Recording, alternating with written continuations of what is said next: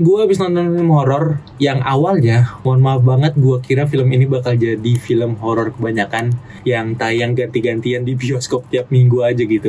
Tapi nggak taunya film ini tanpa diduga-duga berhasil ngelampain ekspektasi gue. Judulnya itu Dasim, nyeritain soal keluarga muda, pasangan suami istri muda yang rumah tangganya ini keharmonisannya diganggu sama jin perusak rumah tangga. Kesannya ceritanya biasa banget kan, tapi cara penceritaan ini lumayan beda dari horor kebanyakan. Karena dibanding dia pakai banyak-banyak jump scare dan penampakan buat nakut-nakutin, dia ini lebih milih pakai elemen misteri dan who done it yang cukup tebal buat nge-engage penontonnya, dan ini berhasil bikin gua penasaran untuk ngikutin cerita dan misterinya dari awal sampai akhir. Apalagi gangguan-gangguan dan terornya jinnya ini lebih banyak nyerang sisi psikologis korbannya. Yang gangguan-gangguannya ini ngasilin masalah-masalah yang cukup relatable buat para pasangan atau pasangan suami istri. Yang kesannya tuh masalahnya tuh sepele, tapi nggak taunya ini bahaya banget buat rumah tangga, guys. Ini juga cukup ngingetin gua gimana pentingnya soal komunikasi sama sholat berjamaah buat pasangan suami istri. Menarik banget kan? Langsung aja kita bahas, oke? Dasim ini sendiri disutradarain oleh sutradara Ginanti Rona dan jadi film horor kedua dari Star Vision setelah Petak Gunung Gede ya, yang lagi-lagi pakai label berdasarkan peristiwa nyata. Nggak tahu kenapa harus begitu terus, gue nggak ngerti. Nah, untuk premis lebih lengkapnya, ini nyeritain soal pasangan suami istri, yaitu Salma yang diperanin sama Zulfa Maharani dan Arman yang diperanin sama Omar Daniel, yang harus pindah rumah ke rumah orang tuanya Omar Daniel, ke rumah ibunya Omar Daniel yang diperanin nama Meriam Belina, karena si Salma ini ngerasa selalu dapat gangguan aneh gitu waktu tinggal di kontrakan, dan kebetulan dia juga lagi hamil muda biar ada yang nemenin gitu di rumah. Tapi setelah pindah, ternyata gangguan ini masih ada dan diperparah sama sikap mertuanya atau ibunya Arman ini yang terkesan kurang nyaman. Terus Armannya juga makin sibuk di kerjaan. Sama juga munculnya Teh Diah yang diperanin sama Dinda Kanya Dewi. Dia ini sosok tetangga yang kesannya sangat pengertian dan jadi teman curhatnya Salma. Yang nggak taunya, semuanya ini adalah bentuk dari gangguan-gangguan yang dibuat oleh Jin Dasim buat bikin rumah tangga Arman dan Salma ini jadi retak. Yang ternyata semua ini adalah bentuk-bentuk gangguan dari jin perusak rumah tangga yang namanya itu Dasim. Boom, title dropping. Dan BTW Dasim ini juga muncul di beberapa film horor lainnya ya, yang gue tahu itu ada di Racun Sangga, Santet Rusak Rumah Tangga, sama juga Pengantin Setan. Oke, masuk ke hal pertama yang gue suka dari film ini, yaitu film ini gak terlalu ngandelin jump scare dan penampakan buat bikin nakut-nakutin penonton. Bahkan kalau ada jump scare-nya pun, treatment yang dikasih ini cukup beda ya. Karena kalau yang biasanya formula jump scare itu seringnya pakai 3 hitungan, tapi di film ini hitungannya tuh lebih. Ini yang bikin kaget, yang kita ekspektasiin itu berasa patah, dan sensasi kagetnya itu lumayan beda. Nah, karena jump scare dan penampakannya ini tipis-tipis saja, film ini lebih manfaatin gangguan-gangguan atau teror jinnya yang lebih berbentuk psikologis ke korbannya, yaitu si Salma dan Arman. Ya, lebih ke Salma sih. Jadi kayak misalnya halusinasi, terus bisikan-bisikan, ucapan-ucapan, bahkan sampai hasutan yang bikin si Salma ini jadi suuzon, jadi negative thinking, jadi gelisah dan lain-lainnya yang makin memperburuk masalah rumah tangga dia yang gak cuma sama Arman, bahkan sama mertuanya juga. Masuk ke hal berikutnya yang gue suka dari film ini, yang masih berhubungan sama tadi, yang tidak terlalu ngandelin jumpscare dan penampakan. Jadi film ini lebih nguatin sisi misterinya, terutama who done it-nya, dimana kita jadi dibuat bertanya-tanya siapa yang ngirim Jin Dasim ini ke rumah tangganya Arman dan Salma. Karena tersangka-tersangkanya tuh di set up lumayan banyak ya. Kayak misalnya mertuanya yang Meriam Belina, terus sahabat perempuannya yang diperanin sama Dinda Thomas, terus temen cowoknya yang diperanin sama Morgan Oy, sama satu lagi Teh Diah yang diperanin sama Dinda Kanya Dewi. Yang semua karakternya ini tuh di set up punya alasan gitu. Jadi kita tuh, kalau si dia juga bisa, yang ini juga bisa, yang ini. Semuanya tuh punya alasan dan semuanya punya motif, bisa punya motif buat ngirimin Jin Dasim ini ke Salma dan Arman. Jadinya ya udah, kita sepanjang film dibuat penasaran tuh siapa sih ini sebenarnya. Kita jadi suzon ke ini, ke itu, ke ini, ke itu. Wah, itu seru banget sih jadinya. Apalagi dari segi penulisan dan karakternya, semuanya tuh kayak disengaja dibikin punya skill komunikasi yang jelek, yang gak bagus gitu. Dan ini nih hal yang paling bikin gregetan buat gue ya. Kayak misalnya si An ya abis ngalamin suatu hal yang aneh, yang dia bisa tuh mikir, ini kenapa ya? Ini siapa yang ngelakuin ya ini?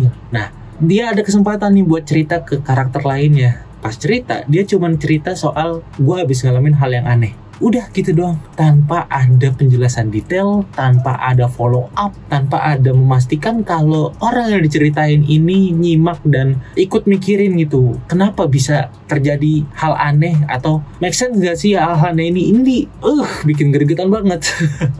Yang akhirnya ini bikin semua kesempatan buat karakter-karakternya itu bisa diskusi, terus bisa connecting the dot dan lain-lainnya untuk mecahin masalahnya, itu nggak pernah kejadian. Itu kelewat gitu aja, dan mereka ini terus-terusan clueless sampai akhirnya kondisinya itu makin runyam, makin bahaya, yang bahkan sampai ngancam nyawa. Sumpah, ini tuh masalahnya sebenarnya ya komunikasi, dan tinggal diomongin aja gitu. Ini asli bikin gregetan banget. Nah, masuk ke poin terakhir yang gue suka dari film ini adalah pesan yang coba disampaikan sama filmnya, yang menurut gue cukup berbobot dan bikin gue ngerasa pulang itu gue bawa sesuatu. Jadi film ini cukup kuat nyampein soal pentingnya komunikasi dan sholat berjamaah buat pasangan suami istri. Apalagi soal komunikasi ya, ini bikin filmnya tuh terasa relate, karena bikin gue mikir kalau gangguan dasim ini sebenarnya sering loh kita temuin di kehidupan sehari-hari, yang kesannya sepele tapi ini bisa membuat masalah tiba-tiba jadi besar gitu. Dan ini gak berlaku cuma buat rumah tangga doang ya, tapi juga berlaku buat hubungan-hubungan lainnya yang ada di sekitar kita, soal persahabatan, pertemanan, apalagi di keluarga kayak mertua, ipar, adik, kakak, dan lain-lainnya. Ini cukup relatable jadinya. Nah, untuk pesan yang satu lagi soal sholat berjamaah untuk pasutri, otomatis berarti film ini tuh punya porsi religi ya, yang dimana si Salmai juga sebenarnya lulusan pesantren. Jadi menurut gua porsi religi di film ini tuh pas, gak kebanyakan, gak berasa menggurui, bahkan lebih berasa kayak pengingat. Terus doa-doa yang dikeluarin di film ini buat ngelawan jin atau buat kepentingan adegan, itu mungkin awalnya terasa kayak doa-doa yang sering kita dengar sehari-hari, tapi di babak 2 sampai babak akhir itu mulai ngeluarin doa-doa yang bikin gue mikir kalau wah, film ini lumayan loh risetnya untuk soal doa-doa ini. Dan bahkan ada juga adegan ruqyah yang dilakuin sama Arswendo Bening Suara, itu juga cukup bagus. Jadi gue mikir film ini gak sembarangan loh untuk masukin unsur religi atau keagamaan di dalam ceritanya. Oke, sekarang gue mau mulai bahas soal kekurangan-kekurangan atau yang menurut gue jadi kelemahan dari film ini ya. Yang pertama itu adalah teknis suaranya.